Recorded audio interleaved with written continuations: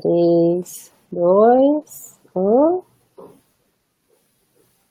Bom dia, gente! Bem-vindos ao Retail Expert. Hoje eu estou muito feliz porque a gente tem uma entrevista com uma das maiores empresárias do Brasil e hoje em dia uma pessoa que ajuda os empreendedores e aos pequenos e médios varejistas também. Então, bem-vinda, Luísa, bom dia, Luísa Helena Trajano.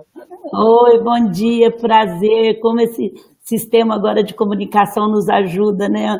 Prazer estar com você, Lígia, muito obrigada pelo convite, é um prazer estar com os varejistas e com pequenos empreendedores e médios empreendedores. Pois é, Luísa, pra gente é uma honra tremenda e toda a sua experiência, enfim. Sim, a pauta é sobre varejo, mas antes de entrar nesse tema, eu gostaria um pouco de entender como que você consegue fazer tudo ao mesmo tempo agora. Então, não sei se você conhece, e chegar e estar lá e aqui, em todo lugar, né? Não sei se você já ouviu falar de um autor que chama Tim Ferriss. Ele é o autor do The 4-Hour Workweek e lançou recentemente um livro que chama Tools of Titans, então as ferramentas dos titãs, onde ele realmente vai investigar quais são os hábitos, o que as pessoas, né, os best in class fazem para conseguir essa agenda. Então, Paulo Coelho, Arnold Schwarzenegger, enfim, 1001 celebridades, e ele foi investigar realmente o que essas pessoas fazem. Então, gostaria muito de saber de você, qual que é o segredo? O que você põe na sua água, Luísa? O que tem aí? Bom, todo mundo me pergunta isso, assim, eu tenho uma vantagem, né, Lígia? Eu durmo muito pouco, então sempre dormi pouco, então eu durmo 3, 4 horas por noite de sono e me sinto muito bem. Então isso me ajuda muito, porque meu dia, que não é uma coisa, dizem, muito positiva, mas eu com 4 horas e meia de sono, eu estou muito bem. Então eu acordo muito cedo. Esses dias período eu estou meio preguiçosa, mas normalmente, há muito mais de 10 anos, eu faço ginástica às 6h30 da manhã e eu levo uma vida muito normal. As pessoas acham, quando vê a gente na TV, ou vê a gente assim, destacando em alguma hora, que a gente não é... A nossa vida é muito normal, eu sou muito normal. Aí eu leio o jornal, quando eu já não abri a internet, né? Porque hoje você abre a internet antes. E eu tenho pessoas que me atendem de manhã na minha casa, 7 horas. Isso me ajuda. Eu tenho até um lavatório de cabelo na minha casa. Ajuda muito. Então, quando eu saio 8h30, eu já estou bem pronta. Agora, eu acho que... Então, eu tenho uma vida super normal. Tem dia que dá para mim buscar meus netos na escola. Tem dia que eles mostram um videozinho, 7 horas da manhã, eles entram na perua da escola.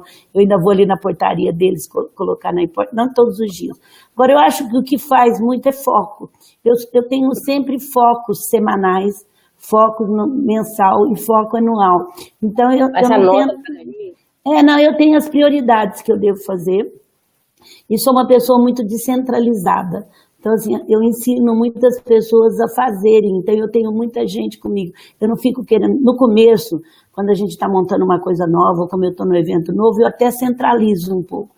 Mas depois eu formo tanta equipe, que a equipe trabalha muito também. Então, assim, eu em todo lugar que eu estou, porque hoje eu fui presidente do IDV, que é o Instituto de Varejo, aí eu formei moças lá, eu estou no Magazine Luiza, eu estou no Conselho do Governo, eu estou no Grupo de Mulheres do Brasil, que hoje está meu grande projeto de vida. Então, assim, mas eu formo muita gente, eu tenho muita facilidade de ter gente, de formar pessoas que fazem as coisas. E realmente eu tenho uma energia legal, porque eu acho que eu me condiciono para ter essa energia. Eu acho que você também se condiciona para ter uma energia boa. Como que você se condiciona? Por exemplo, eu só vejo um problema mesmo que me deixa muito mal quando não tem alternativa, quando é problema de doença, de morte. Eu não procuro criar de problemas. Eu tenho um cérebro muito bom de solução. Então, quando você não cria muito problema, o seu desgaste é menor. Eu acho que é muita fé também. Fé em mim, fé nas forças espirituais, fé nos meus amigos, fé na minha equipe que trabalha. Então, assim, isso me ajuda muito a não criar problemas. Então, assim, a buscar solução. Não que eu não tenha problemas, mas eu transformo muito problemas em solução. Isso ajuda você a não ficar depressivo, a energia não ir embora. E eu acredito muito na força da energia. Entendi. Então, mas eu sou muito normal. E o que eu mais gosto de fazer quando tem sol e fim de semana, eu sou muito de esporte aquático. Eu gosto de lancha, de jet ski, dessas coisas todas. Porque é mais em represa. Então, eu gosto muito de qualquer esporte aquático, mais de represa.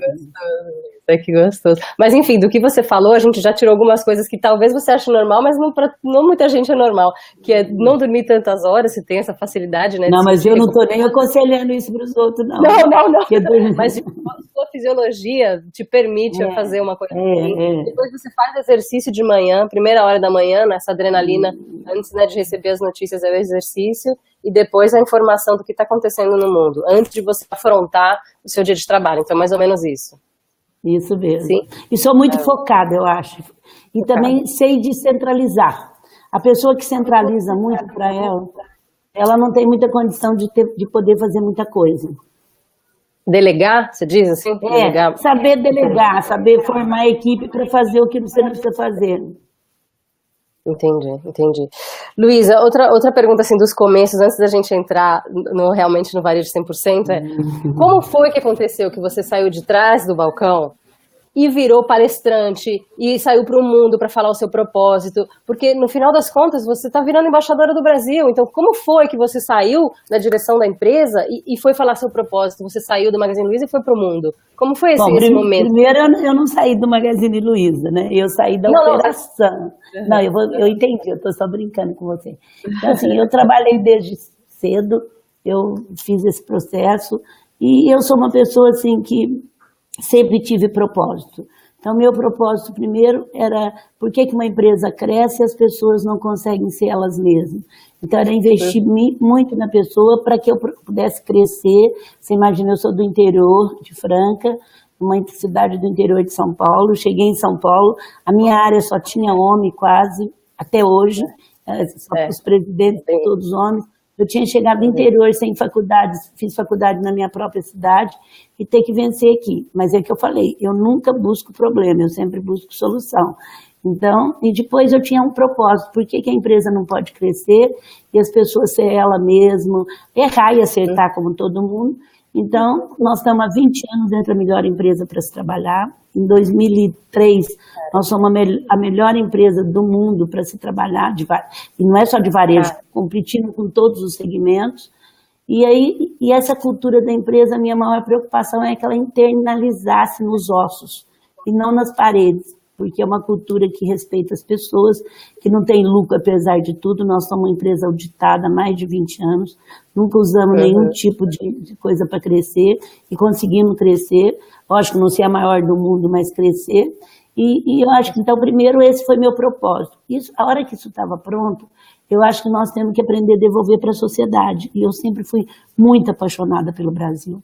O Magazine Luiza, em todas as suas unidades, toda segunda-feira, há mais de 15 anos, canta o hino nacional, de manhã, toda segunda-feira. Então, assim, eu sempre fui uma pessoa muito dedicada ao Brasil. Tanto é que você conhece uma filha minha, mas a outra, minha filha, muito novinha, saiu fazendo pesquisa da comida brasileira, já tem 5 livros, montou agora um instituto para deixar, porque eu acho que tanta essa paixão. Ao invés de eu levar para a Europa, no começo eu levava muito para Amazonas, para conhecer o Brasil primeiro. Então, e aí eu tenho essa paixão. E como é que eu ia poder ajudar o Brasil? Primeiro é criando uma empresa que gerasse emprego e que pudesse mostrar que a empresa pode dar certo, brasileira, genuinamente brasileira, e fazendo as coisas corretas. Depois, como é que eu pude? Aí eu fui ajudar o varejo, me dediquei 10 anos ao IDV, formamos um instituto que hoje é uma força no varejo. Pra você ter uma base, há 10 anos atrás, nós não tínhamos nenhum representante no Ministério do Comércio e Indústria, quer dizer, o varejo não tinha. Por quê? Porque, primeiro, o varejista ele é muito imediato. Segundo, ele não se une muito, porque é muita concorrência durante o dia. Mas nós conseguimos unir os 50 maiores empresas, no meio, eu brinco que durante o dia eu tenho 4 ou 5 que a gente quer se matar, mas a gente pensou, mas nós conseguimos se unir e montar um instituto forte, onde hoje nós temos representação, e descobrimos que o maior emprego depois do governo no Brasil é o varejo, e fomos fazendo as pessoas nos respeitar pela nossa união, pelo nosso propósito, não de pensar no nosso quintal. Nunca eu pedi nada para o Magazine, Flávio Rocha para Riachuelo, a gente pedia sempre para o varejo, onde vai gerando emprego. Hoje o Instituto está super consolidado, eu entreguei a presidência agora, a segunda vez que eu sou presidente, a gente não pode ter reeleição, é 2 anos, depois pode até voltar. E agora eu estou me dedicando bastante a um grupo, que eu tenho, Grupo de Mulheres do Brasil. É um grupo, é uma tipo de uma associação sem fins lucrativos, de jeito nenhum. As pessoas, eu tenho mulheres de todos os níveis, dona de casa, empresária, mulheres de periferia, e a gente já tem quase 4 mil mulheres, nós estamos abrindo em várias cidades do Brasil, faz 4 anos que nós estamos conhecendo o Brasil, empreendedorismo, saúde, educação,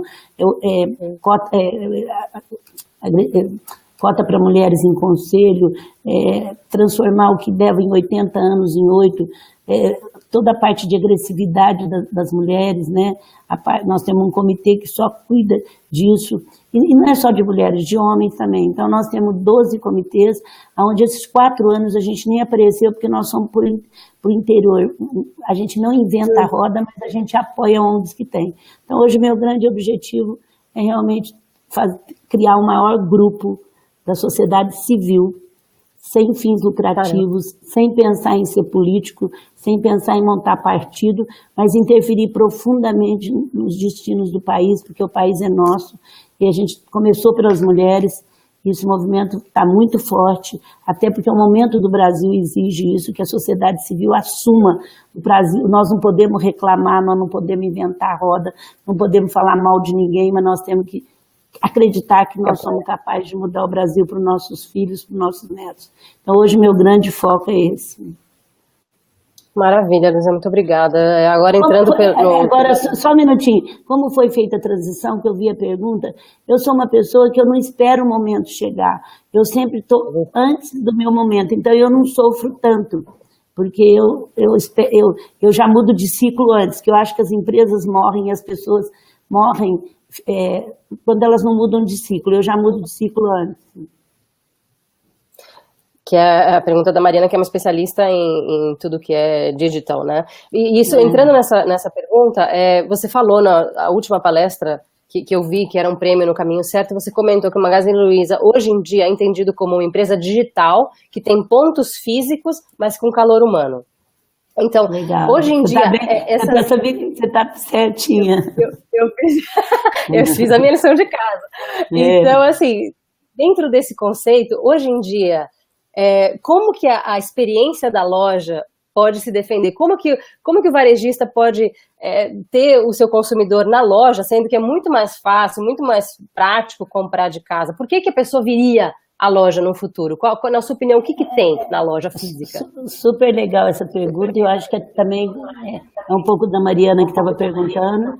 O que a gente é o seguinte, loja física, eu vou para um evento em janeiro todo ano de varejo em Nova York, que vai muitos brasileiros, já mataram a loja física, já enterraram a loja física e agora ressuscitaram. A loja física não vai morrer. Tanto é que o Magazine Luiza está montando 60 lojas físicas e está crescendo 50% na internet, no .com. Então, o que acontece? A loja física ela toma um outro formato. Ela tem que ter um formato de muito carinho, de muita atenção. Então, muitas vezes a pessoa compra na internet e vai retirar na loja física. Muitas vezes ela está insegura, ela precisa de uma loja física. Aqui no Brasil, onde a classe C não tem muito entretenimento, a gente tem que transformar a loja física num ponto de entretenimento, onde tem pipoca, tem atração para as crianças, ao sábado tem outras coisas. Então, e nós temos que ter, o Magazine Luiza nunca acreditou na separação. A gente sempre acreditou num corpo só.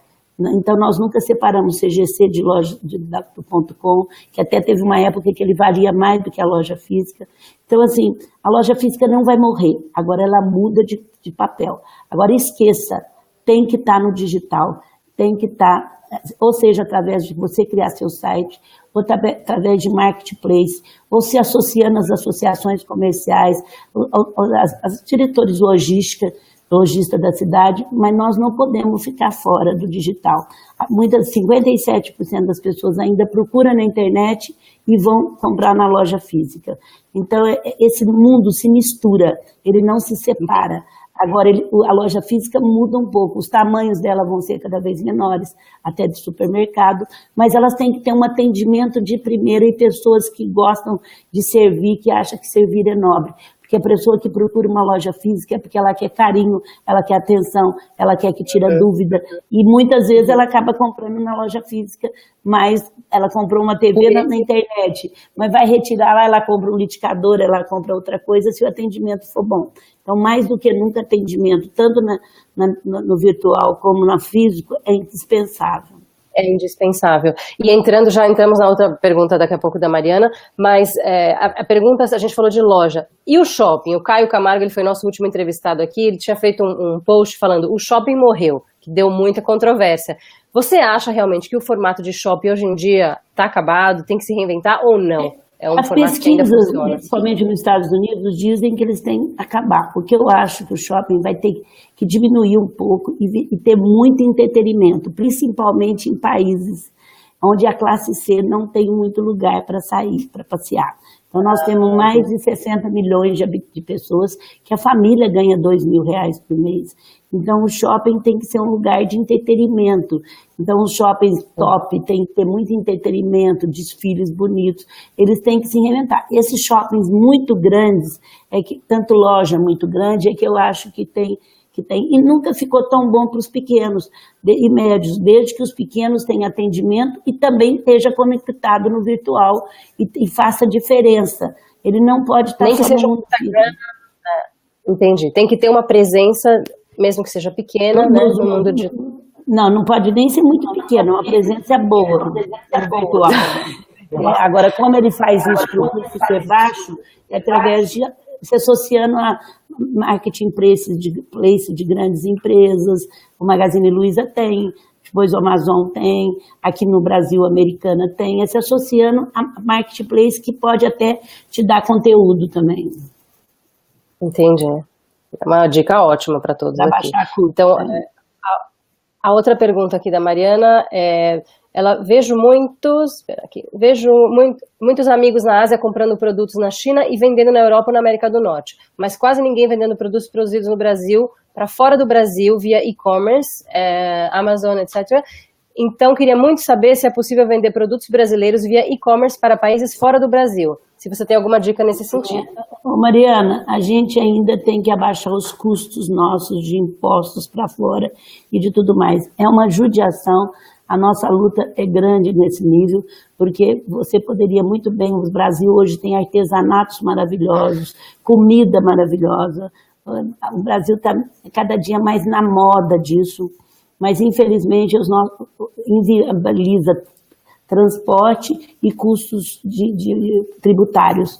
Então, por isso que você não vê tanta coisa, mas temos que fazer um trabalho para que isso possa baixar e para que a gente possa vender fora, porque salva muitas pequenas e médias empresas quando ele consegue exportar bem. Bom. E a Letícia nos diz aqui que gostaria de saber quais são os principais pontos que você acredita para garantir a experiência de compra no varejo físico seja vivenciada no e-commerce também. Você acha que é só o atendimento e valor humano? Eu acho que os dois duas coisas vai diferenciar uma empresa da outra, um profissional do outro. Atendimento e inovação. Então, o ponto físico, ele tem que estar sempre pensando fora da caixa como é que ele deve fazer. O virtual também. Por exemplo, Dia dos Namorados agora, a gente tem a Lu, que é aquela vendedora virtual e tal, ela é super famosa, tem gente que adora. O que eles fizeram no Dia dos Namorados? Eles puseram ela no Tinder. A Lu está sem namorado, puseram ela no Tinder. Só que a hora que você... Procure a Lu no Tinder. A hora que procurasse ela lá, quem clicasse com ela ganhava um desconto aqui no Magazine Luiza. Então, não era...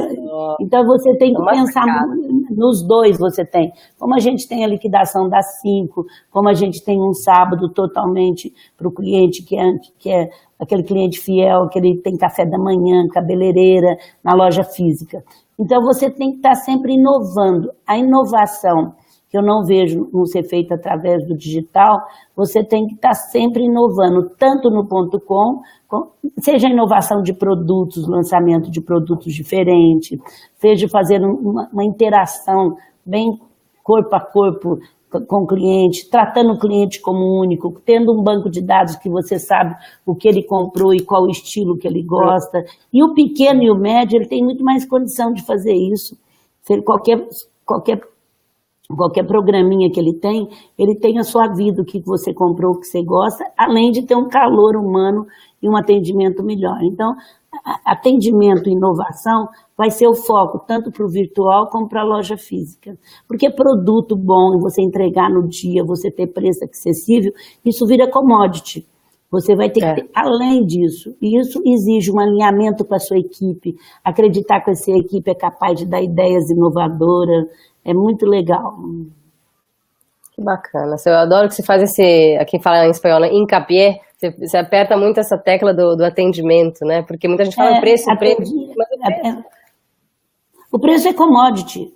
E se você for só no preço, você não vai ter lucro. Agora, lógico, você não pode ter um preço caro. Mas muitas vezes, se você tiver um preço com atendimento bom e sabendo explicar o produto e tratando a pessoa como única, ela volta para você. Ela volta. Com certeza, com certeza. A gente tem aqui a Ângela que falou, queria saber como o Grupo Mulheres do Brasil pode contribuir para o crescimento do terceiro setor do empreendedorismo. Então, Ângela, a gente tem um comitê de empreendedorismo e a gente tem trabalhado muito o terceiro setor de ensiná-los a dar mais governança para o terceiro setor e também criar a cultura da doação no Brasil, porque nós ainda temos uma cultura de doação muito pequena. Então, e não é por mal, é falta de cultura mesmo. Então, a gente está trabalhando a governança no terceiro setor e trabalhando bastante o nosso grupo de empreendedorismo social, a cultura da doação, porque ninguém se mantém sem doação. Então, é muito importante isso. Vai, Carla. Então, voltando ao tema do varejo, porque com as perguntas a gente às vezes sai um pouquinho da pauta. Muitas marcas estão se preparando para começar a vender aos millennials, né, essa geração. Magazine Luiza já é digital desde faz 20 anos, né, nos anos 10 anos, nos anos 90 foi a primeira. Mais 20 anos, nós montamos uma loja eletrônica em 91. Então, assim, é case em Harvard já 2 vezes. Hoje nós temos 120 lojas delas, uma loja física, que de primeira a gente vendia por TV e vídeo, porque não tinha nem multimídia no Brasil. Depois nós passamos para multimídia e hoje todas nós, os nossos vendedores vendem no celular já. Ele tem um celular e você já compra no celular. Então, essa é a preparação para os millennials ou você vai mudar a sua campanha de marketing com uma comunicação um pouco mais para eles? É o seu público? O meu público é mulheres de 30, 40 anos, é o público do Brasil e é o público do mundo. Hoje a mulher está super forte, por isso que a nossa luta para a igualdade, a diversidade é muito importante. A mulher que compra, e no mundo inteiro a gente tem pouquíssimas mulheres no topo do comando. Em conselhos, então, a gente tem 7%. E se tirar eu, que sou dona, filha de dono, cai para 2%, vai levar 100 anos para ter 20% nos conselhos. Por isso que o grupo de mulheres conseguiu aprovar no Senado já cota para mulheres em conselho de empresa aberta na Bolsa. Tem gente que não gosta de cota por causa de meritocracia, e eu falo, tá bom, então espera 100 anos para você estar no conselho. Cota é um processo transitório para acertar uma desigualdade. Então, seja ela em qualquer nível, estatística, o nosso departamento de políticas públicas é feito na GV, para as meninas da GV, no Mulheres do Brasil. Então, esperar 100 anos para ter cota para mulheres para ter 20% de mulheres em conselho, a gente está pedindo só 30%, 40% de mulheres em conselho e que termine em 2025 por aí. E a hora que acostumar, não se acostuma a ter. Então, a mulher é um grande comprador nosso hoje, acho que do mundo inteiro, mas o jovem também é. Mas é interessante, está tendo uma corrente agora para se pensar no público que vai ficando velho. O Brasil vai ter um público muito mais velho daqui um pouco. Então, que tipo que está sendo suas lojas? Preparada para uma cadeira de roda, para um elevador por outro andar? Então, assim, essa geração, a Y a gente tem estado atento, mas Agora tem uma corrente dizendo, olha minha gente, o brasileiro vai envelhecer também, como no Japão é muito preparado para a classe mais velha. Então acho que eu nunca vejo o público muito diferente, sabe? As linguagens são diferentes, mas o público quer a mesma coisa, é atender bem, seja a classe simples, seja a rica, ela quer um bom atendimento, ela não quer ser tapeada, ela quer que na hora que dá um problema ela seja bem atendida, ela quer ter voz, certo? E ela quer estar tratada como único. Então, é importante essas estatísticas, tudo para você falar, mas não é a mais importante. O mais importante é você não abrir mão da sua cultura. Muito bem. A gente tem aqui a pergunta do Sérgio que diz, com o crescente aumento das vendas online e com o ML, se prepara para diminuir os prazos de entrega, pontos de distribuição e principalmente a segurança dos produtos? Um pool de empresa é viável ante a concorrência? Ó, Sérgio, se realmente você não... Logística ainda é o grande problema do Brasil. Nós temos uma logística muito ruim, até pelo nosso tamanho e pela falta de preparação, que nós fomos responsáveis, acho que todos os brasileiros. Então, assim, é realmente logística, mas o nosso desafio é entregar o mais rápido possível e dar cobertura o mais rápido possível, porque a concorrência é muito forte. Você sabe que fora do Brasil a Amazon entrega em 24 horas em muito lugar. Então, a gente sabe disso, e não é o desafio do Magazine, não. Mesmo se eles vierem para o Brasil, é o desafio da logística no Brasil. É o maior desafio nosso. Mas a gente tem lutado para o cliente já comprar hoje, já retirar na loja hoje mesmo. A gente tem lutado. Ainda não estamos no ideal, eu te respondo que não estamos.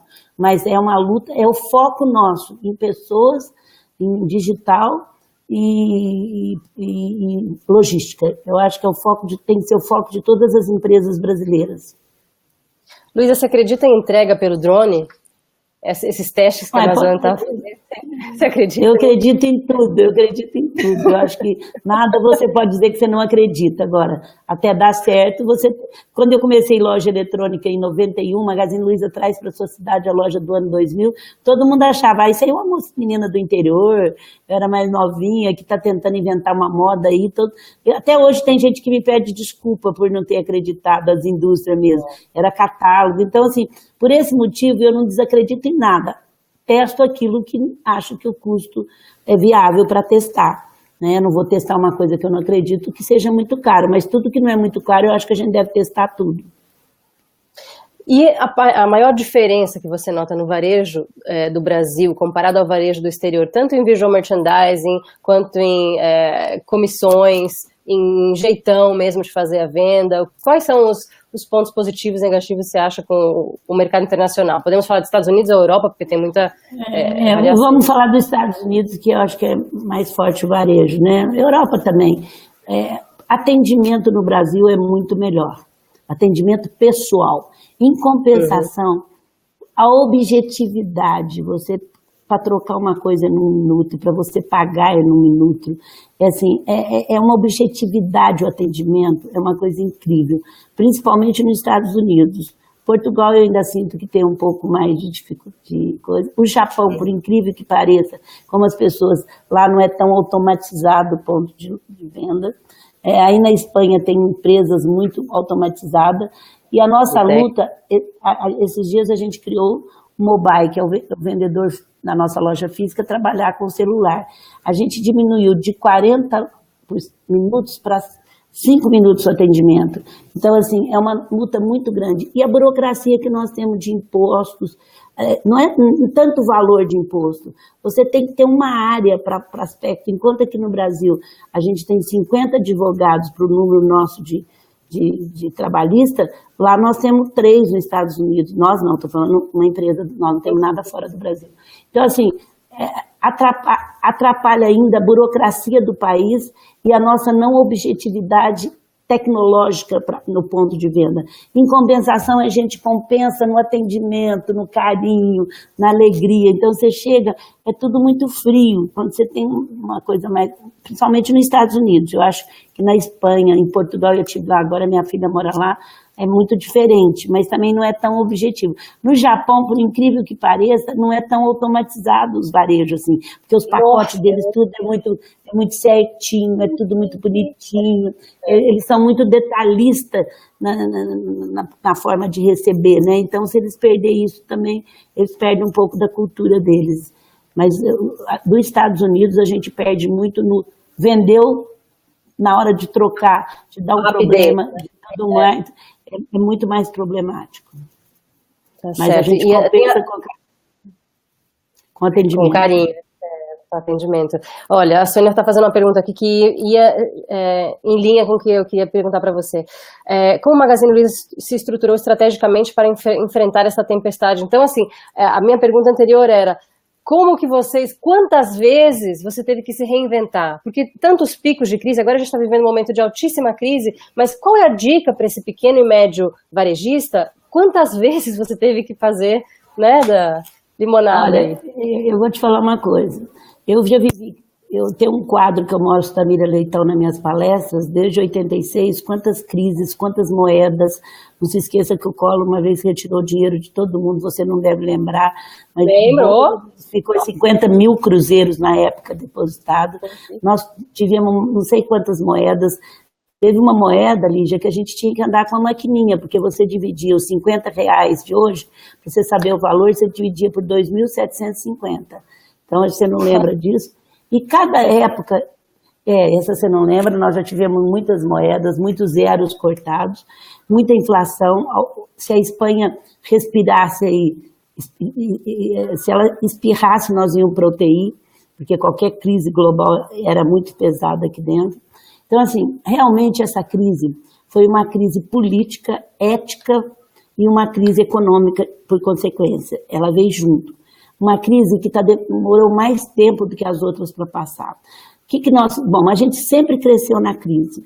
Nós trabalhamos muito mais, focamos naquilo que a gente precisa, cada época foi uma coisa, e a gente cresce em crise. Este ano passado, nós somos uma das maiores, nós estamos na Bolsa, super auditado, nós tivemos um dos melhores resultados da nossa década. Esse trimestre também, que a gente está na Bolsa, janeiro, fevereiro e março, tivemos um dos melhores resultados. O que nós fizemos? Em 2015, quando a gente percebeu que a gente tinha que a crise ia ser longa, e 2015 foi um ano difícil para nós, em agosto, a gente começou a se preparar para 2016. Então, nós sempre lidamos com duas coisas, o técnico e o motivacional.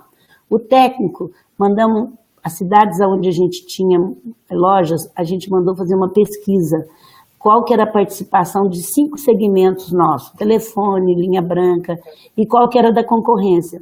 E depois a gente percebeu que tinha cidades, eu estou citando um exemplo, Ribeirão Preto com Rio Preto, um exemplo.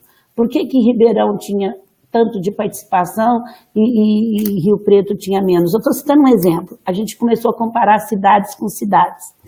E aí nós chamamos a nossa equipe, que a gente, apesar de ter TV Luiza ao vivo, Rádio Luiza, um portal muito bem feito, 2 vezes por ano eles vêm para cá, para poder estar com a gente 3, 4 dias do Brasil inteiro.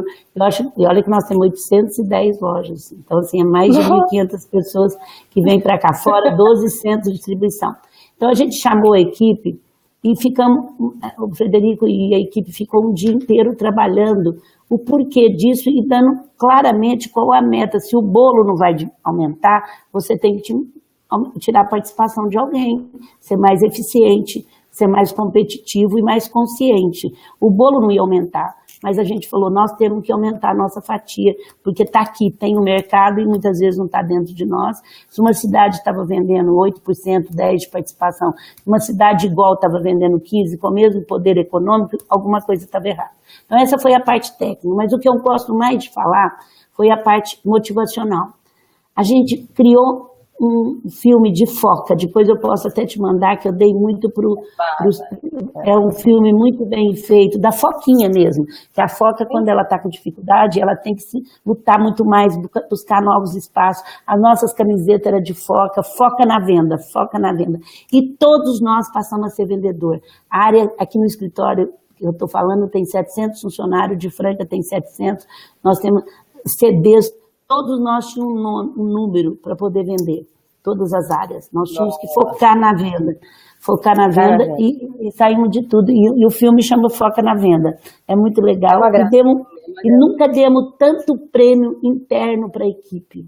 Agora a gente reuniu no Sauípe para comemorar o ano passado, e esse ano o Magazine Luiza faz 60 anos em novembro. Então a gente nunca leva para o Sauípe, sempre faz em São Paulo, que é mais barato, mas a gente ia como prêmio, e foi a maior premiação que a equipe já recebeu. Porque eles têm metas, conforme eles vão cumprindo, eles ganham viagem, ganham carros, ganham tudo. Isso incentivo, né? Mas não é para fazer 100, não, gente, é para fazer acima de 105. Para fazer 100 não precisa dar prêmio. Então, assim, foi aí, eu acho que, e continuamos esse ano, nós estamos com uma premiação esse ano de levar 60 líderes para a NRF, em Nova York, que vai ser o que mais se destacar. Nós vamos ter ônibus, visita técnica, hotel, tudo próprio, porque para dar um pouco de cultura. Então, a gente investe muito na nossa equipe para fazer acima de 105. Para fazer 100 não precisa... Não, a gente investe sempre, treinamento e tudo mais, mas eu estou falando esses prêmios... Esses prêmios, ele tem que se pagar, e ele se paga se você faz acima de 105. Então, a empresa está super bem. E também, nessa hora de crise, você consegue negociar um ponto. Nós renegociamos todos os nossos aluguéis. A gente renegociou todos os nossos aluguéis, a gente conseguiu ter pontos em cidade, nós vamos abrir 60 lojas físicas esse ano, já abrimos acho que umas 25 já até agora, e nós conseguimos pontos em cidades que era caríssimo, a gente nunca conseguiu chegar. Então é uma oportunidade para você abaixar seu custo também, para você rever os seus custos e depois não deixar aumentar quando passar a crise, né, que o problema é esse. Então, assim, ele tem foco na venda, e oportunidade, eu acho que tem que ser o nosso foco. Então, isso pode ser traduzido também para o pequeno e médio varejista, né? Não, assim, pelo contrário. Esse filme meu que eu tenho, esse filme que nós fizemos, que está muito bom, eu tenho distribuído para todos os pequenos e médicos. Eles são muito mais fáceis de focar na venda. Nesse momento, esquece crise, eu brinco que eu leio o jornal, só aquilo que me interessa, porque eu tenho que chegar aqui, tá ânimo, focar na venda, buscar alternativa para vender, porque vendendo tudo se paga. Com certeza, Luísa. Luísa, olha só, a gente vai abrir um pouquinho para perguntas agora, se alguém tiver mais perguntas. A Sônia diz, reconhecimento e valorização ao colaborador é um dos destaques no crescimento do Magazine Luiza? Acho que sim. Eu já falei, nós estamos há 20 anos entre as 10 melhores empresas para se trabalhar. E nós fomos eleitas a 6ª melhor da América Latina agora, no meio de todo mundo, de bancos, serviços, não é só varejo, não. E a gente é pessoas em primeiro lugar mesmo, porque a gente acredita que nós só vamos ter bom atendimento se o nosso pessoal tiver com a Magazine Luiza na cabeça, no coração e no bolso. No bolso é isso que eu falei, no coração ele participando, na cabeça ele participando do planejamento, a gente leva eles muito como se fosse dono. E no coração eles sentirem que os princípios nossos de honestidade, de sinceridade, de verdade, estão no dia a dia, mesmo errando e pedindo desculpa. Entendi.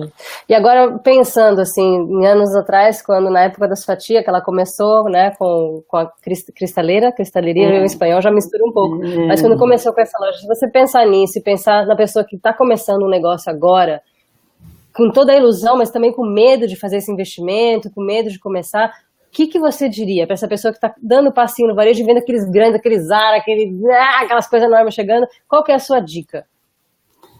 Primeiro, ela precisa ter muita paixão pelo que ela faz. Segundo, ela tem que saber que ela não ganha de todos os lados. Que nesse começo é muito suor e dedicação mesmo. É muito, porque a gente não tinha, eu trabalhava até eu ter filho todo sábado, então hoje é diferente, mas então assim, é muito suor. Eu trabalhava com filhos pequenos ao sábado já. Então assim, é muito suor, muita dedicação. Não precisa ter culpa de filho, porque não tem receita, eu não tenho um pingo de culpa. Você tem que ter bom senso, mas a gente tem que trabalhar a culpa, porque filho te cutuca a culpa até velho. Ele sabe cutucar. Eu não entro em culpa de filho de jeito nenhum, porque não tem receita. Se eu soubesse que a gente ia, se tivesse uma receita para criar filho, você ia seguir, porque não tem coisa melhor na vida. É bom senso, muito amor e exemplo.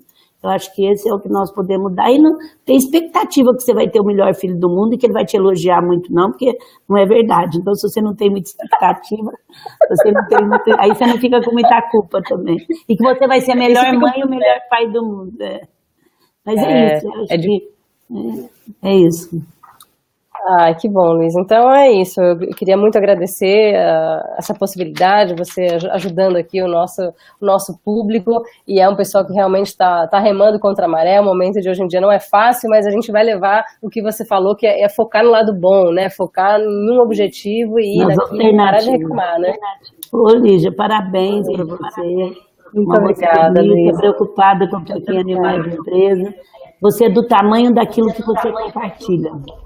Então, quanto mais você compartilha, maior você vai ficando.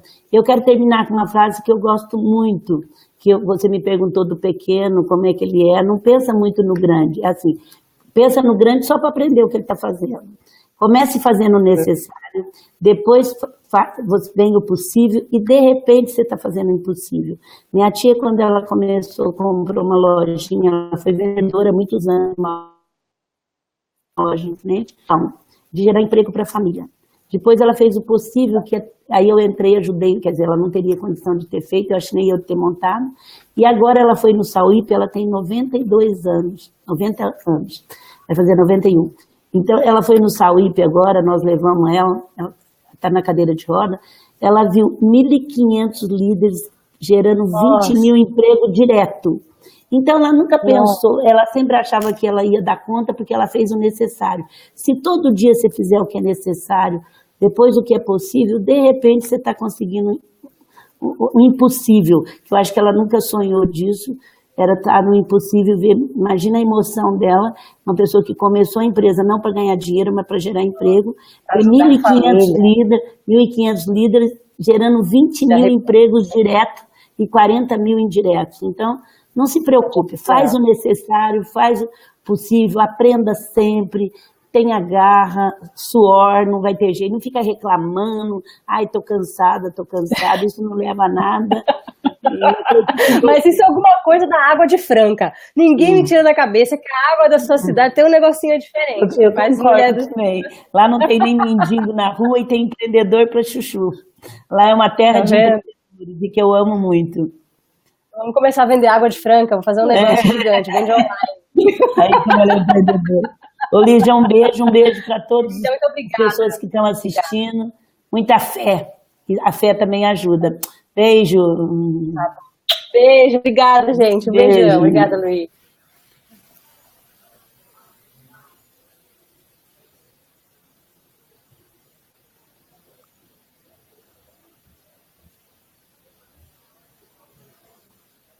Acho que a gente ainda está no ar. Agora. Tchau, gente. Tchau. Tchau.